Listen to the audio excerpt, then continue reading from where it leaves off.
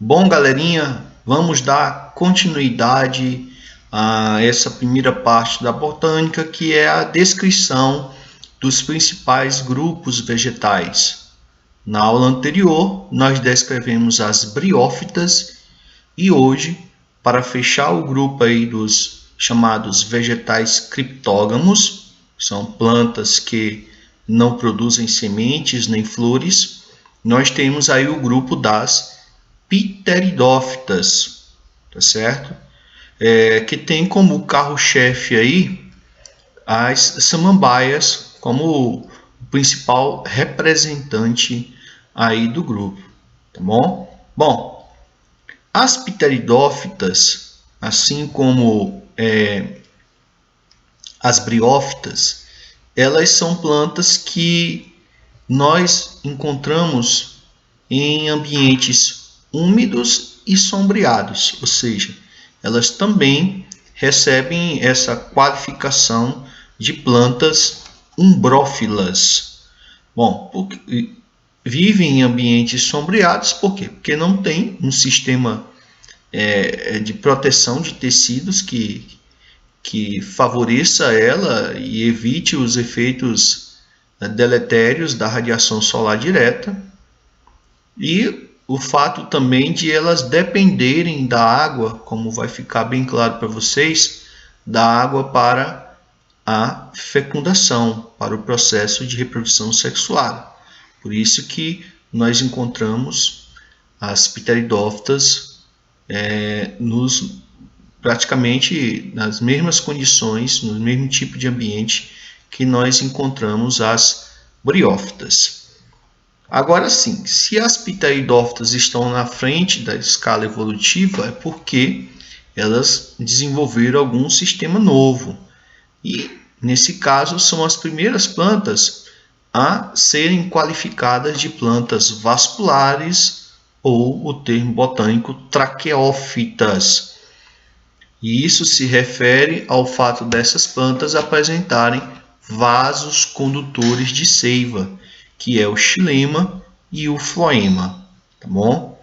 Então, esses vasos condutores, eles vão permitir o fluxo de nutrientes dentro do corpo da planta de forma mais eficiente, mais acelerado. Porque vocês recordam bem que as briófitas, elas não atingiam o grande tamanho, ali por volta de 2, 3 centímetros de tamanho, pelo fato da ausência de vasos. E aí aquele transporte de nutrientes ele era feito de célula em célula, que é algo lento. Então, para o surgimento e a possibilidade de aparecer plantas que possam possuir porte, por exemplo, de árvores, foi fundamental o desenvolvimento desse tipo de tecido, que são os tecidos condutores. E isso fez com que essas plantas sejam consideradas aí as primeiras plantas cormófitas, ou seja, são as plantas que apresentam raiz, caule e folhas verdadeiros. Ou seja, no grupo anterior, o grupo lá dos musgos, a gente não fala em raiz, caule e folha, nós falamos de rizoides, cauloides e filóides, por causa da ausência desses tecidos condutores, termina inibindo aí o desenvolvimento dessas estruturas, certo? Então essa é uma das principais novidades, apomorfias do grupo das pteridófitas, o aparecimento desses tecidos condutores. Bom, falando um pouquinho mais sobre o xilema e o floema, então nós temos esse sistema de canais internos condutores que seria o equivalente nos animais ao que se tem lá as artérias e as veias que conduzem o sangue.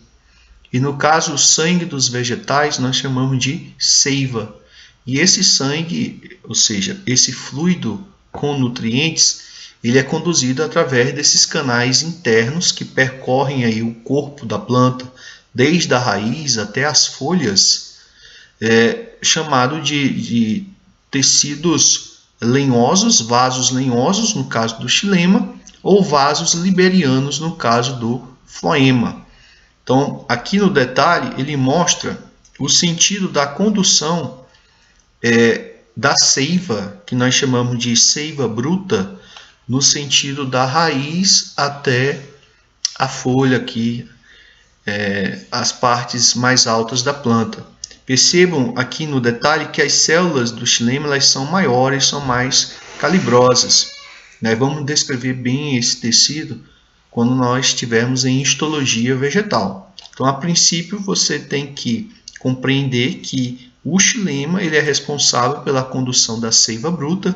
Essa seiva bruta é que a planta absorve do solo, composta de água e minerais, e isso conduz para todas as partes da planta nesse sentido aqui ascendente, da raiz para as folhas. Já o floema, ele é composto de células não tão espessas, não tão calibrosas quanto o xilema, e ele vai conduzir a chamada seiva elaborada, que é a seiva que contém os açúcares produzidos pelas folhas, pela fotossíntese. E vai, nesse caso, ter um sentido descendente na maioria das vezes, ou seja, da folha para as raízes, levando glicose para as células. Mas muitas vezes também ela pode ter um sentido ascendente para alimentar, por exemplo, galhos superiores que são desprovidos de folhas. Tá certo? Então, vejam só, essa seiva bruta que eu estava falando para vocês, essa é composta de água e minerais, chamada também de seiva inorgânica. Então, ela vai percorrer o corpo da planta pelos vasos de xilema, que são mais internos, eles ficam bem no meio, no miolo aqui do caule, tá certo?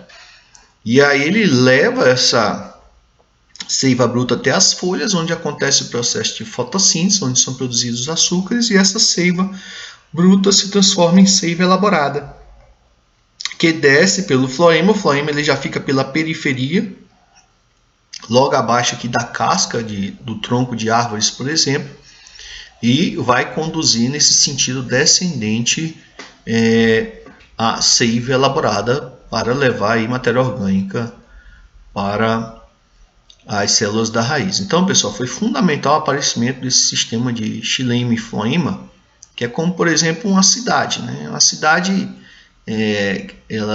normalmente elas crescem ao redor de algum manancial, um rio, por exemplo, uma fonte de água. Se não existisse o sistema de canos, os encanamentos, as pessoas todas teriam que morar ali perto da água. E aí, você criar um sistema que possa levar essa água para partes mais distantes, permitiu as cidades crescerem. É a mesma coisa as plantas. No momento que se desenvolveu esse sistema de tubos internos e canais, que são essas células de xilema e floema, esse processo de condução ficou melhor e aí as plantas puderam crescer mais, se desenvolver mais. Vocês vão ver que as pteridófitas são muito mais robustas do que as briófitas. É o caso aqui, por exemplo, do nosso carro-chefe aqui, que é a samambaia. Tá? A samambaia ela tem raízes verdadeiras, o caule dela é subterrâneo, ou seja, ele fica soterrado, chamado de rizoma. É um caule com crescimento horizontal e daqui se desenvolve várias folhas. A folha dela é fragmentada em pedaços chamados de folíolos, que na parte que fica voltada para a sombra, nós chamamos de parte abaxial, ficam essas estruturas chamadas de soros, que eu vou mostrar no ciclo o papel desses soros para a produção dos esporos. Tá bom? O detalhe aqui também são essas folhas jovens da samambaia que nós chamamos de báculos. Bom, então as samambaias, as pteridófitas, elas também são criptógamas pelo fato dessas plantas não se reproduzirem por sementes, não têm flores, nem frutos, nem nada disso. Elas dependem da água para a fecundação, como eu falei para vocês, por isso que elas são de ambientes úmidos. E a outra novidade evolutiva do grupo é que essas plantas são as primeiras a apresentar como fase dominante do ciclo a fase de esporófito. Lembrem, recordem que nas briófitas a fase dominante é a fase de gametófito e nas pteridófitas é a fase de esporófito. Isso aqui, por exemplo, é o esporófito da samambaia. Então isso também anotem aí como uma novidade evolutiva do grupo. Beleza? Bom, novamente esse termo Pteridófita é um termo que engloba aí 4 filos do reino Plant. O filo Pterófita, com o grupo aí, que tem valor, esses nomes aqui embaixo tem valores de subordens, que é o grupo das filicíneas, composto pelas samambaias e avencas. Nós temos o filo Licófita, que do ponto de vista evolutivo é bem interessante, porque elas têm proximidade evolutiva com o próximo grupo, que é o grupo das gimnospermas, as licopodíneas, que é o caso dos licopódios e selaginelas. O filo Sphenófita e Psilófita já são de pteridófitas mais primitivas. Temos as equisitíneas, que é o caso da cavalinha, e o Psilófita, que é o da subordem Psilophytinius, que tem o Psilótons e o Timesipteris, tá?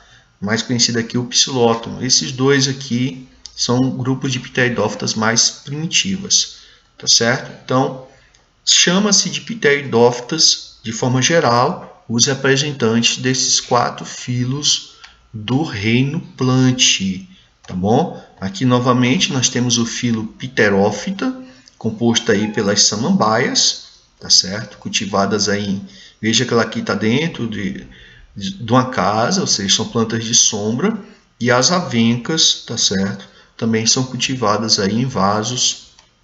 É o principal grupo, é o grupo de maior biodiversidade das pteridófitas, é o grupo das samambaias, chamada de filo Pterófita. Aí nós temos o filo Licófita, com as selaginelas e os licopódios.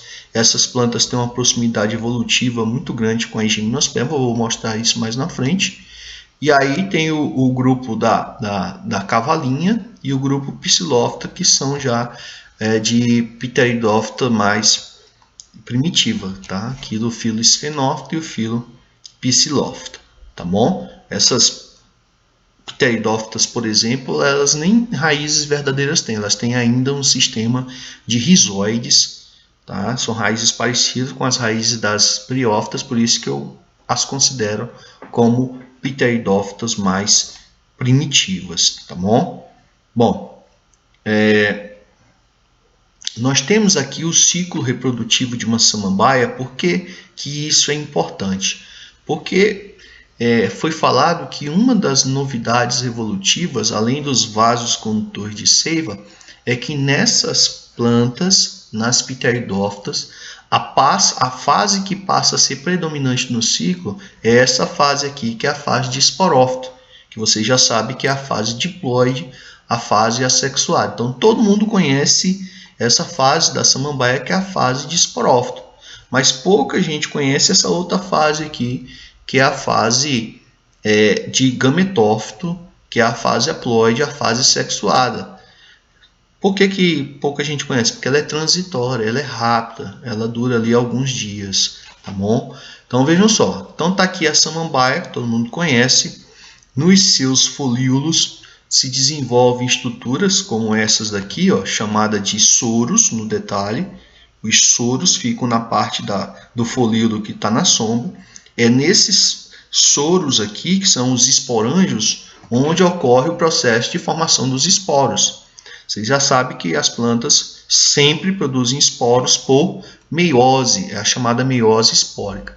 Esses esporos caem no chão, germinam e vão dar origem à fase gametofítica, que é a fase haploide, a fase sexuada. Só que o gametófito das samambaias, ele é hermafrodita, o prótalo ele é hermafrodita, ou seja, ele vai ter a estrutura produtora do gameta masculino, o anterídeo, que irá produzir aqui nessa região o anterozoide, que é o gameta flagelado, por isso a dependência da água dessas plantas para a reprodução. E, assim como as briófitas, possui aqui também o arquegônio, que produz a oosfera, que é o gameta feminino. Então, como esse gametófito ele é hermafrodita, ele tem tudo para se autofecundar, mas a fecundação cruzada também acontece, porque pode ter um prótalo ali do lado de uma outra samambaia e os anterozoides nadarem até aqui, fecundar a oosfera. Isso aqui vai formar um zigoto, mais na frente esse zigoto vai germinar e vai começar a surgir um esporófito jovem, que vai se desenvolvendo por mitose, até que o esporófito cresce e o o gametófito, o prótalo, desaparece. À medida que começa a crescer em cima do prótalo o esporófito, o gametófito desaparece. Tá bom? Então, esse é o ciclo com metagênese, típico das pteridófitas, típico das samambaias. Tá bom? Então, fiquem atentos aos detalhes desse ciclo. Detalhe, a principal diferença em relação dos musgos, a questão da fase esporofítica aqui ser a dominante, enquanto nos musgos, nas briófitas, a fase dominante do ciclo é a fase de gametófita. Agora tem muita semelhança, a questão do nome dos gametas, o feminino oosfera, anterozóide, o masculino, isso aqui recebe a mesma denominação, a meiose também é sempre espórica em plantas, tá certo? Bom, aqui o prótalo em detalhe, na imagem real, ele tem cerca aí de 1 centímetro de altura. Tá? O prótalo ele é achatado, ele é prostado como uma hepática, por exemplo. Aqui ele tem seu sistema de raízes e o prótalo ele é capaz de fazer fotossíntese, porque as suas células, como vocês estão vendo aqui, é uma célula clorofilada. Tá bom? Bom, então, essas plantas, as pteridófitas, a maioria delas, ou seja, envolvendo aqui as samambaias, assim como as briófitas, elas são isosporadas. O que é isso? Elas produzem esporos com a mesma forma, tá bom? Eles não são geneticamente iguais porque eles vêm de meiose, mas eles têm a mesma forma, tá bom? Isso é importante para vocês entenderem que o grupo dos licopódios, que nós vamos já mostrar, e gimnospermas e angiospermas, passam a ser heterosporados. O que é isso? Produzir esporos diferentes, em formas diferentes. Tá bom? Mas as samambaias são isosporadas. A fase esporofítica é a fase dominante e a fase gametofítica é a fase transitória. Agora, quando a gente pega o filo das licófitas, ou os licopodiófitos, também chamado, onde nós temos a selaginela ou licopódio, essa plantinha aqui, essa pteridófita, ela é a menina dos olhos dos botânicos evolucionistas. Por quê? Porque ela traz algumas novidades evolutivas que são compartilhadas com o próximo grande grupo de planta que vem, que é o grupo dos pinheiros, o grupo das gimnospermas. Por exemplo, a estrutura que produz os esporos, aqui no esporófito, ela tem a forma cônica, que se assemelha com o cone produzido pelos pinheiros, pelas gimnospermas. Então já começa por aqui. A estrutura produtora de esporo é chamada até de estróbilo. Tá bom? Então vejam só. Só que o estróbilo da gimnosperma ele vai ser responsável lá para produzir o pólen, para receber o pólen. Está muito ligado diretamente ao processo sexuado. E aqui não, o estróbilo está ligado a um processo assexuado, que é a esporulação. Então, aqui é a fase dominante, isso não muda, é a fase de esporófito, onde nesse estróbilo nós temos dois tipos de esporângios. Esses azulzinhos são os microsporângios e esses rosinhos aqui são os megasporângios. Aprenda uma coisa, daqui para frente, no avanço aí dos próximos grupos vegetais, vão aparecer esses termos antecedendo algumas palavras, como micro e mega. Micro se refere primeiramente a uma estrutura menor do que o mega, que é maior. E o micro se refere a estruturas masculinas e o mega se refere a estruturas femininas. Então, olha só, o que eu falei aqui? Que nas samambaias elas são isosporadas, ou seja, produzem esporos do mesmo tipo. Já nas selaginelas, e isso vai continuar nas gimnospermas e angiospermas, passa a aparecer uma novidade, que é a produção de dois tipos de esporos diferentes. Os chamados micrósporos e os megásporos, que são maiores. Tá certo? Tem aí cerca de 3 a 4 vezes o tamanho do micrósporo. Tá bom? Então, esses micrósporos eles vão dar origem a gametófitos masculinos. E os megásporos eles vão dar origem a gametófitos femininos. A fase gametofítica dessas plantas ela também é achatada, tá? Ela também é achatada. Mas percebam só, é prostado igual o prótalo da samambaia. Só que essa fase ela é extremamente reduzida em termos de tempo e tamanho, principalmente o microgametófito, ou seja, o gametófito masculino. Ele é extremamente reduzido. E isso é uma coisa que vai continuar nas próximas plantas, que é a redução da fase gametofítica. Qual é a vantagem disso, professor? A fase gametofítica sendo menor em tempo e tamanho, isso acelera o processo sexuado.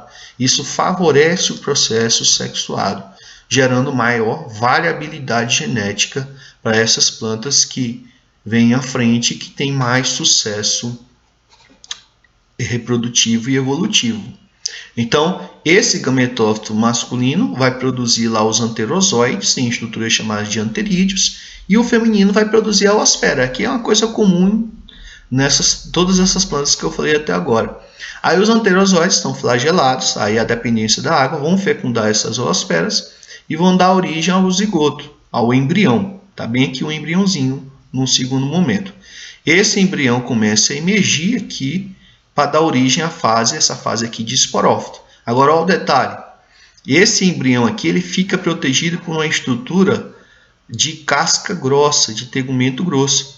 Parece ou não parece aqui uma semente onde está germinando o embrião?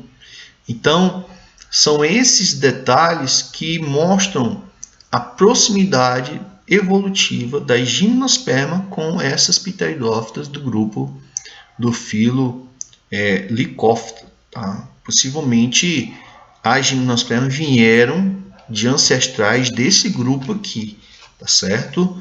Pelos seguintes argumentos, vou repetir com vocês: a questão do estróbilo, a questão de serem heterosporadas, de produzir micrósporos e megásporos, a questão da fase gametofítica reduzida e o embrião protegido por um tegumento risto, que é o que vai acontecer no grupo das fanerógamas, que é uma semente. Vão ter a semente, e a semente nada mais é do que uma casca protegendo o embrião com um tecido nutritivo. Tá bom? A semente ela veio dessa estrutura aí, de um aumento da complexidade, de uma evolução daquela estrutura, dessa estrutura aqui que eu mostrei anteriormente para vocês. Muito parecido com a semente germinando aqui. Tá bom? Pessoal, então, assim como elas podem se reproduzir por metagênese, tendo esporulação e fecundação, as pteridófitas também podem se reproduzir por propagação vegetativa, ou seja, à medida que esse rizoma, esse caule rastejante subterrâneo vai crescendo, vão surgindo brotos de novas samambaias, de novas folhas de samambaia. Tá bom? Então, o indivíduo pode, por exemplo, separar isso aqui em várias mudas de samambaia, vender, por exemplo. É assim que eles reproduzem samambaias para poderem vender, tá bom? De forma mais produtiva, tá certo? Então, assim como as briófitas, e isso em todas as plantas, pode ocorrer a propagação vegetativa, que é um tipo de fragmentação ou de regeneração, que é o desenvolvimento de indivíduos a partir de partes de outro, tá certo? Bom, uma outra curiosidade aí do grupo das pteridófitas, do grupo das samambaias, é o xaxim. Para quem não sabe, xaxim você compra nessas casas que vendem produtos de paisagismo, de jardinagem. O xaxim é um tipo de vaso ornamental produzido aí por raízes de samambaia, raízes secas de samambaia, que serve aí de substrato inclusive para outras samambaias ou para outras espécies de planta, como por exemplo para as avencas, tá certo? O pessoal, por exemplo, que passa uma argola aqui nesse xaxim, de pendura isso aqui em fios ou em compartimentos da casa, coloca solo aqui, tá? E pendura isso aqui lá na sala para enfeitar ali um quintal, um jardim de inverno, tá bom? Então, se você um dia ouvir falar em xaxim, é esse vaso ornamental produzido aí a partir de raízes de samambaias. Inclusive, pessoal, tem algumas samambaias que têm o porte de árvores, que é o chamado samambaiaçu, que são árvores de samambaia, tá certo? Bom, um detalhe também, que se você pegar a palavra pteridófita, ptero significa asas. O que é isso? É uma semelhança aqui à forma das folhas das samambaias, que lembra muito a disposição das penas das aves. A estrutura, vamos dizer assim, esquelética da folha da samambaia se assemelha muito com a disposição ali das penas, tá? Onde as penas têm um eixozinho onde formam os filamentos de queratina, tá bom? Então, devido à forma das folhas da samambaia se assemelhar com as asas, daí vem o pteros, pteridófitas, que significa aí plantas com asas. Asa seria a forma dessas folhas do carro-chefe do grupo aí, que é o grupo das pteridófitas, tá bom? Bom, pessoal, fazendo aí uma aplicação direta daquilo que foi falado nessa aula, como é que aparece esse tipo de questão de maneira mais básica aí no Enem, tá certo? Então, nós temos essa questão aqui que está na lista de vocês aí, leia a estrofe abaixo, e aí traz um verso escrito aí pelo Caetano Veloso: luz do sol que a folha traga e traduz, em vez de novo, em folha, em graça, em vida, em força, em luz.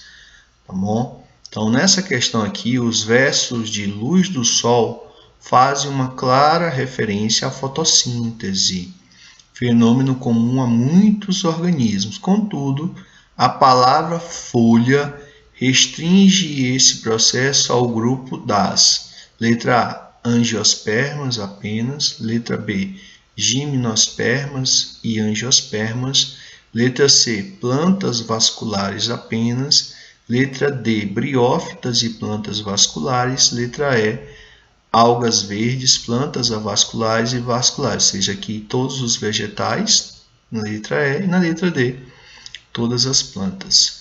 Bom, pessoal, a gente viu no início da aula que, pelo fato de apresentarem vasos condutores de seiva, o xilema e o floema, essas são as primeiras plantas que recebem a denominação de cormófitas. O que é isso? O fato de apresentarem raiz, caule e folhas desenvolvidos, verdadeiros, tá bom? Então, esse termo folha ele só se aplica de pteridófita para frente na escala evolutiva, ou seja, ele se aplica às pteridófitas, às gimnospermas, o grupo dos pinheiros, e às angiospermas, o grupo das plantas que colocam flores e frutos, tá certo? Então, as cormófitas, esse conceito cormófita, ele se correlaciona ao fato de terem vasos condutores de seiva. E como se chamam os vegetais que têm vasos condutores de seiva? De traqueófitas ou simplesmente plantas vasculares. Então, a folha, ela se refere ao grupo das plantas vascularizadas, ou seja, isso você encontra isso na letra C. Então, pessoal, façam as demais questões da lista, tá certo?